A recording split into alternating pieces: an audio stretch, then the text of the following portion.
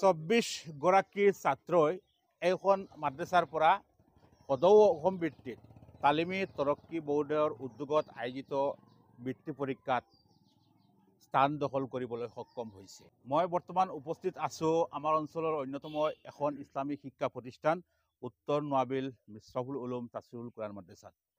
অসম ভিত্তিত আয়োজিত এই পৰীক্ষাত যিসকল ছাত্ৰই এইখন মাদ্ৰাছাৰ পৰা স্থান দখল কৰিছে বা উত্তীৰ্ণ হৈছে, সফল হৈছে, তেওঁলোকক আজি আনুষ্ঠানিকভাৱে মাদ্ৰাছা কৰ্তৃপক্ষৰ পৰা সম্বৰ্ধনা জ্ঞাপন কৰা হয়।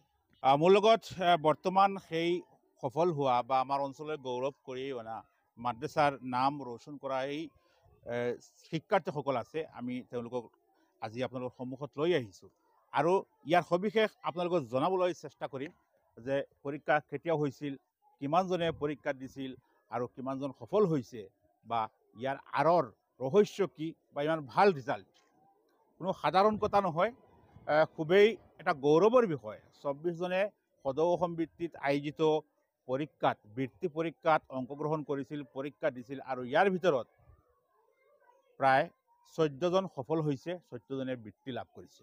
আমবাৰী অঞ্চলত প্ৰতিষ্ঠা লাভ কৰা মিছবাউল উলুম এইখন মাদ্ৰাছাই বহুত দিনৰ পৰা দিনৰ খেদমত কৰি আছে আৰু এনেদৰে উন্নত মানদণ্ডৰ ইছলামিক শিক্ষা প্ৰদান কৰি আছে। আসসালামু আলাইকুম ৰহমতুল্লাহ। যোৱা অক্টোবৰ মাহৰ 7 তাৰিখ আমাৰ মাদ্ৰাছাত অল আছাম তালিমী তৰক্কী বোৰ্ডৰ ছমহীয়া পৰীক্ষা অৱতীৰ্ণ হৈছিল। আমাৰ মাদ্ৰাছাৰ পৰা 24 জন ছাত্ৰই অংশগ্ৰহণ কৰিছিল। তাৰ মাজে আমাৰ 13 জন ছাত্ৰই বৃত্তি লাভ কৰিছে আৰু বাকী কেইগৰাকী ছাত্ৰ তেখেতে প্ৰথম স্থান লাভ কৰিছে। আচ্ছা, ইয়াত 100ৰ ভিতৰত কিমান হাইয়েষ্ট নম্বৰ পাইছে আপোনাৰ? 100ৰ ভিতৰত তিনিজনে পাইছে 99 পাইছে। 99 পাইছে। সঁচাকৈ খুবেই গৌৰৱৰ বিষয়, কাৰণ অন্যান্য শিক্ষা অনুষ্ঠান হ'লে হয়তো টিভি পৰ্যন্ত নিউজ বাজিলে হয়, কিন্তু ইয়াত হোৱাৰ কাৰণে হয়তো ৰাইজে গমেই নাপায়। 100ৰ ভিতৰত 99 নম্বৰ আমাৰ এইসকল শিক্ষাৰ্থীয়ে লাভ কৰিছে আৰু পৰীক্ষাটো কোনো সাধাৰণ পৰীক্ষা নহয়, সদৌ অসম ভিত্তিত তালিমী তৰক্কী বোৰ্ডে আয়োজন কৰিছিল। এতিয়া যিসকলে বৃত্তি পাইছে তেওঁলোকে কিবা পাবনে নাই?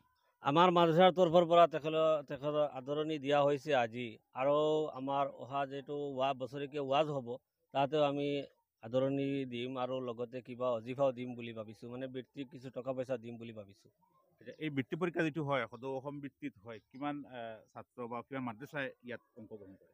আমি জানামতে মাদ্ৰাছাত যে বৃত্তি পৰীক্ষা অৱতীৰ্ণ হৈছিল 300ৰ ওপৰত মাদ্ৰাছা অংশগ্ৰহণ কৰিছিল আৰু গোটেই অসমৰ ভিতৰত। আৰু প্ৰথম স্থান দখল কৰিছিল কাছিমুল উলুম মৰডঙ্গা মাদ্ৰাছাখনে, এইখন মই জানামতে। আমি আশা কৰিছোঁ অহা বছৰ আমাৰ এইখন মাদ্ৰাছাও আৰু আগুৱাই যাব আৰু সুনাম কঢ়িয়াই আনিব আমাৰ এই অঞ্চললৈ। বৰ্তমান মাদ্ৰাছাত কেইগৰাকী ছাত্ৰ আছে? আমাৰ মাদ্ৰাছাত বৰ্তমানে এই 2023-24 বৰ্ষৰ ছাত্ৰ 180 জন ছাত্ৰ আছে।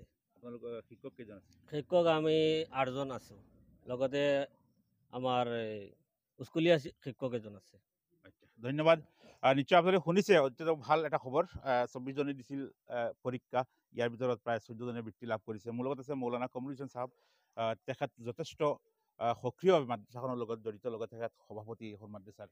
কি ক'ব, যথেষ্ট ভাল ৰিজাল্ট কৰিছে আপুনি? অক্টোবৰৰ 7 তাৰিখ আমাৰ এই মাদ্ৰাছাৰ তৰফৰ পৰা হিফজ শাখাত 24 গৰাকী ছাত্ৰক আমি আল আছাম তালিমী তৰক্কী বোৰ্ডত অংশগ্ৰহণ কৰাইছোঁ। ইয়াৰ পিছত এই 24 গৰাকীৰ ভিতৰত 13 জনে বৃত্তি লাভ কৰিছে। বাদ বাকী ছাত্ৰসকল ফাৰ্ষ্ট ডিভিজন মাৰ্ক ৰাখিছে। মই এইটো ক'ব বিচাৰিছোঁ আমাৰ এই অঞ্চলৰ ৰাইজসকলক যে হৰ সময় আপোনালোকে সহযোগিতা আগবঢ়াইছে আৰু ভৱিষ্যত আপোনালোকে এই মাদ্ৰাছাখনৰ প্ৰতি সহায় সহযোগিতা আগবঢ়াব বুলি মই আশা ৰাখিছোঁ।